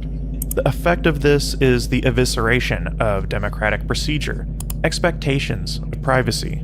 This creates an effect similar to what Foucault deemed as panopticism, the effect of surveillance, normalizing of an authority that watches to the extent you regulate yourself.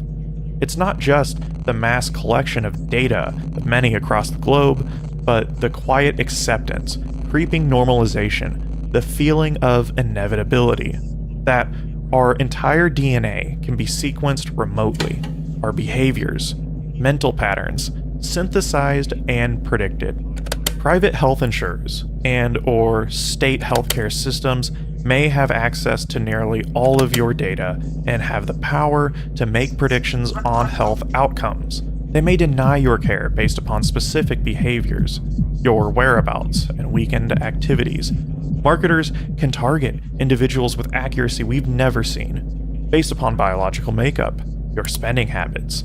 With your data becoming centralized in a master database, combined with the rise of self-trained AI and neural networks, political corruption, and administrations that willingly sacrifice public commons in favor of capital, the disturbing possibilities are endless.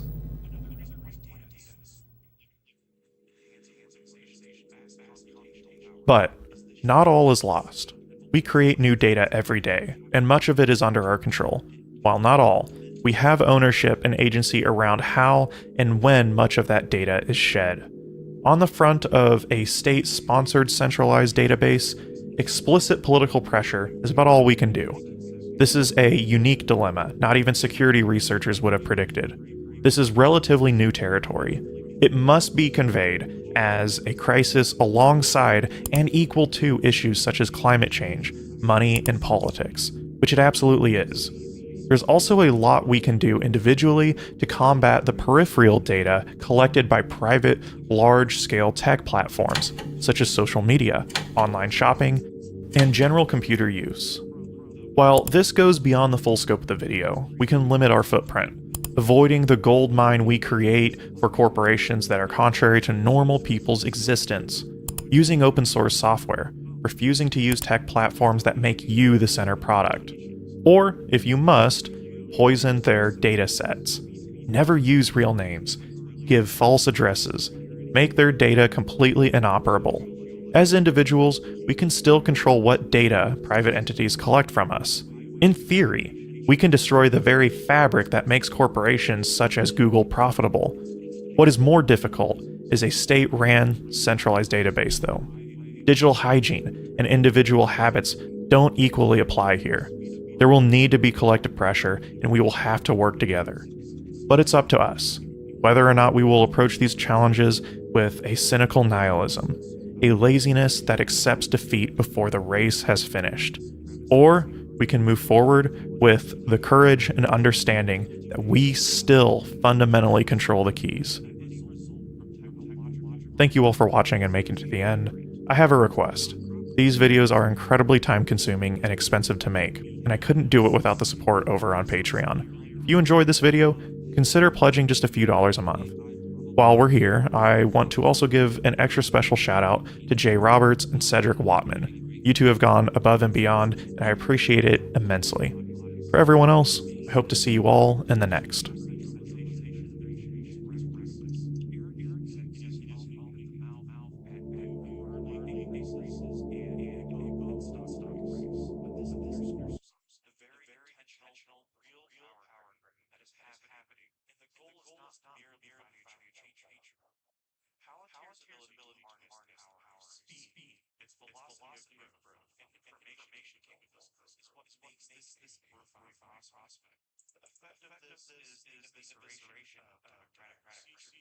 Expectations, privacy. This creates an effect similar to what Foucault deemed as panopticism, effective surveillance, normalizing of an authority that watches to the extent you regulate yourself.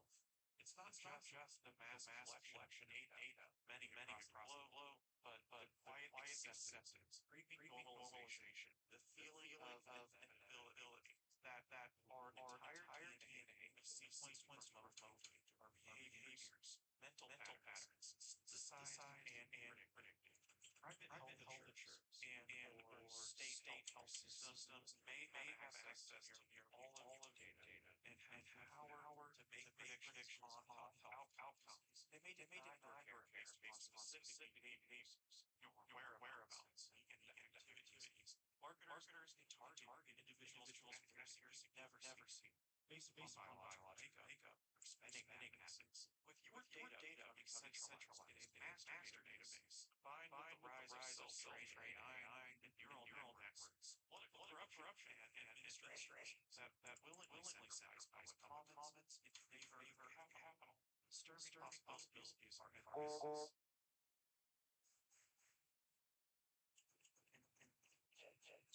But not all is lost. We create new data every day, and much of it is under our control. While not all, we have ownership agency around how and when much of that data is shed. On the front of a state-sponsored centralized database, explicit political pressure is about all we can do. This is a unique dilemma. Not even security researchers would have predicted. This is relatively new. It must be conveyed as a crisis alongside and equal to issues such as climate change, money and politics, which it absolutely is. There's also a lot we can do individually to combat peripheral data collected by private, large-scale tech platforms such as social media, online shopping, and general computer use. While this goes beyond the scope of data, we can limit our footprint, avoiding the gold mine we create for corporations that are contrary to normal existence, using open source software, refusing to use platforms that make use the product, or if you must, poison their data sets. Never use screens in false addresses. Make their data completely inoperable. As individuals, you can still control what data private entities collect from us. And in theory, you can destroy the very fabric that makes corporations such as profitable. What is more difficult is a safe brand centralized database. Digital hygiene and individual habits don't equally play here. There will need to be political pressure to be together.